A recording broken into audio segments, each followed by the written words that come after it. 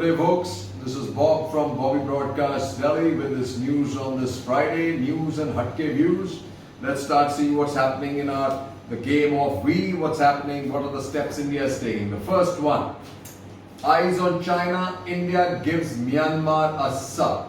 In a major move that comes amid the ongoing military confrontation in Ladakh, India has handed over one of its diesel-electric submarines to Myanmar to counter China's strategic inroads in the region.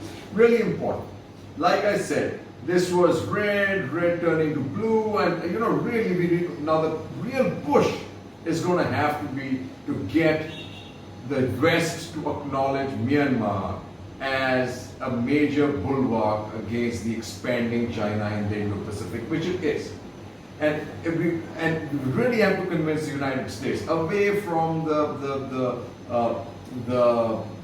soft agenda of Obama or of Clinton before that. This is important. What's happening in Nepal? Nepal's pro-China defense minister is shifted out by Oli. Could be a hint that PM is softening stance on border dispute with India. Well, I wouldn't read too much into it because I think Oli is far more pro-China than his deputy minister was. I think this is somebody who has been held accountable for what China has done by incursion in the Nepalese border. This is actually to put space between what happened on the takeover of the Nepalese border and only trying to look good in his own constituency. So let's not take this at face. Let's just take this at face value. Let's not read too much into it. Oli hasn't changed his spots. As they say, a leopard rarely changes his spots. It's a saying that my parents told me many years ago. Then you have this interesting note. China bans Hajj for Muslims who fail patriotism test. And you wonder, when you have things like this, how do these play out in Pakistan and Afghanistan? And this is going to be India's major strength going into the future. But the caveat is that India has to put its own reputation as far as its own minority community in India is concerned. It's important, right? So this is another article. Seduced by China's Belt Road Initiative, Taliban also forsakes Uyghurs. So religion is kind of like a thin soup, it seems. Wherever it works, like in Kashmir, everybody's jumping up and down, Imran Khan is jumping up and down, General Bajwa is jumping up and down. But when it comes to China, Imran Khan is sunk into his hole, General Bajwa is sunk into his hole. Who cares about the Muslims in China? Isn't it General Bajwa? Isn't it Prime Minister Khan? Then you have in Kabul. Kabul decries US plan to withdraw troops.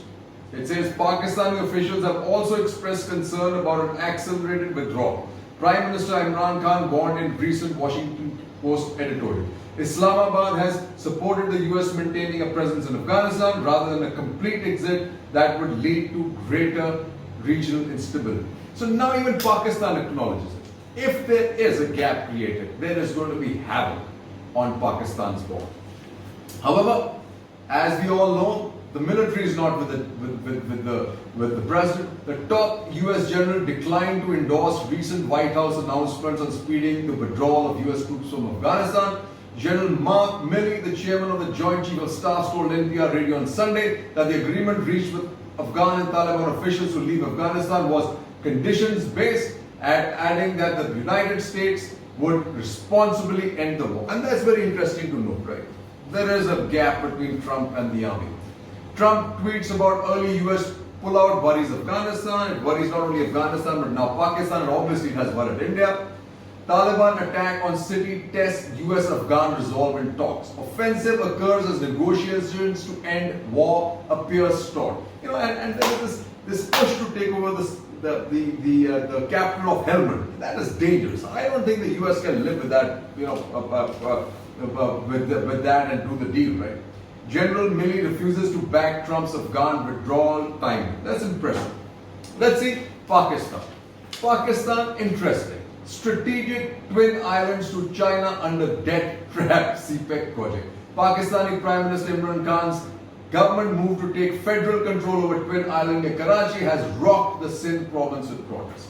Another weak point for India to use. This, Balochistan, Gilgit-Baltistan, many. Actually, we have to, for a long time, a strong Pakistan, good for India has been the motto that India has lived. I don't know. Pakistan has always wanted a balkanized India. Why not a balkanized Pakistan? About time to think. In Pakistan, a new battle takes shape. The real target of the People's Democratic Movement, which is scheduled to hold the first rally on October 16th, is not Prime Minister Imran Khan, though his resignation and fresh elections have been sought, but the men in khaki. Both the army and Khan are taking PDM seriously. Then he further says, Vivek Attusit, this is not the first time in Pakistan's history that sections of its political class are seeking to take on the army. What is different now is that they are openly calling for it to be as a political force as it traditionally in true democracies. Impressive, folks. Pakistan has many weak points. It's playing with fire when it continues to needle India. One doesn't know whether Pakistan is using China and writing its playbook on India, or China is using Pakistan, but right now it's one single entity that India should be worried about. More after the break. Make any empty space look beautiful and also make for amazing gift items for your friends and family. Visit our Instagram page to find out more and to order your own music glass covers now. We look forward to hearing from you installing your favorite song in time and in a frame. Folks, now let's see where India's advantages extends. Let's see the reach of the Indian Ocean and beyond, how that plays into India's extended game of V version 2 without spending much money, and also with all the countries involved being on the same page. That makes our stones that are surrounding the stones internally a lot more stable and a lot more viable. As we go, let's see and see what the government is doing about that. There was an article sometimes back which was essentially in the worldwide in the India Today, which says PM Modi, sharing is our only motivation.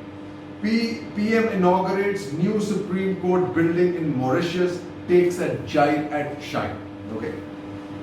Then you had Modi, Mauritius PM to inaugurate Port Louis SC Supreme Court built with Indian aid. So this is what India is doing, right? Soft power, starting from Mauritius on the border of Africa and now coming down. Then there is Diego Garcia, Reunion, Maldives now, and then it goes on to all the other countries. Now what do we have? It says PM's right, but India must step up. China has offered to build port and other infrastructure in several countries and extended massive loans to this end, but these are on terms that are unfavorable to the recipients. Many are now unable to pay back even the interest, let alone the capital, and are stuck in a debt trap. India has done well to pursue an aid model that is cooperative and participatory in the building of some 50,000 houses for Tamils displaced by the civil war in Sri Lanka, for instance, involved in deep consultation with the project beneficiaries. In Africa, it has made locals important stakeholders in the diamond trade by providing them with diamond cutting skills. This approach has generated public goodwill. However, India has failed to draw strategic benefit from its development aid, as it has failed to contain rising Chinese influence. India needs to do more. Indian Ocean becomes extremely important. As I said, Modi reasserts India's dominance in Indian Ocean. Prime Minister Narendra Modi on Monday reasserted India's traditional dominance in the Indian Ocean, even as Indian Navy of late deployed an unusually large number of warships in the region to send out a message to China. The Indian Ocean has been the center of India's trade and military prowess for thousands of years, the Prime Minister said after launching the submarine optical fiber cable connectivity between Andaman and Nicobar Islands and the mainland. This is the important part for India, right? and it goes beyond. It goes this is what our canvas now is extending, and with success. ASEAN nations, West Asia now are neighbors. ASEAN extremely important. And we're playing this in close coordination with the United States. As this article said, Pompeo tells ASEAN to stand up, act against China, shun its firms. Absolutely. Right when that article was coming out, you had Shringla and ASEAN envoys discuss Chinese action in Ladakh, Indo-Pac. What this one says is, developments include territorial clash by China along the line of control and explore avenues to align their Indo-Pacific strategies to usher in rule-based order in the region. This was the first time that ASEAN envoys received a briefing on China and situation along LAC. The first of its kind meeting between Foreign Secretary Harsh Shringla and the Southeast Asian ambassadors also discussed centrality of ASEAN in the Indo-Pacific region and about finding convergence of the ASEAN outlook on Indian Pacific with the Indo-Pacific Ocean. In this periphery, things are again changing. Malaysia's Anwar meets came to prove majority support for PM.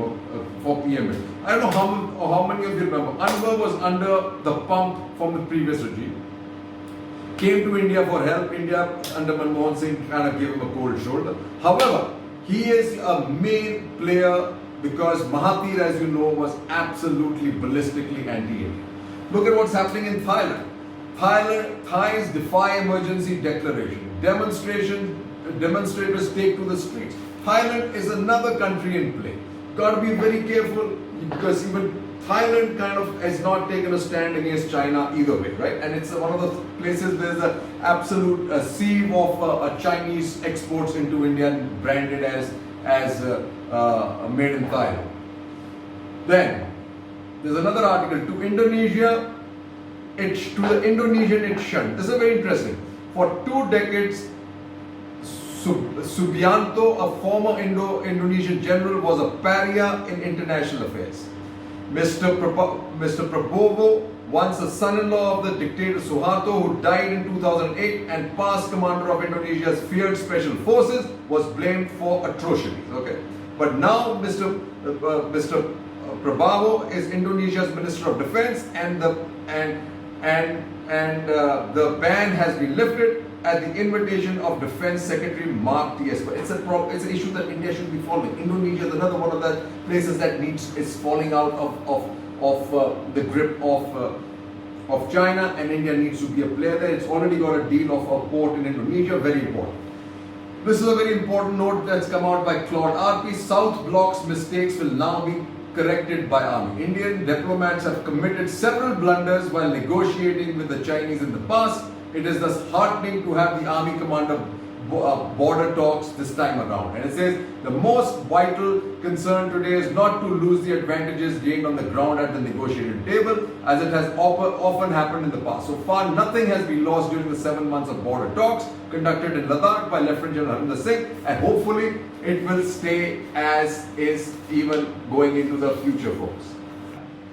And here's a note that India should take note of. Why the Indian state is now scared of the Kashmiri Shia. This is going to play havoc into India if we lose control of the Kashmiri Shia.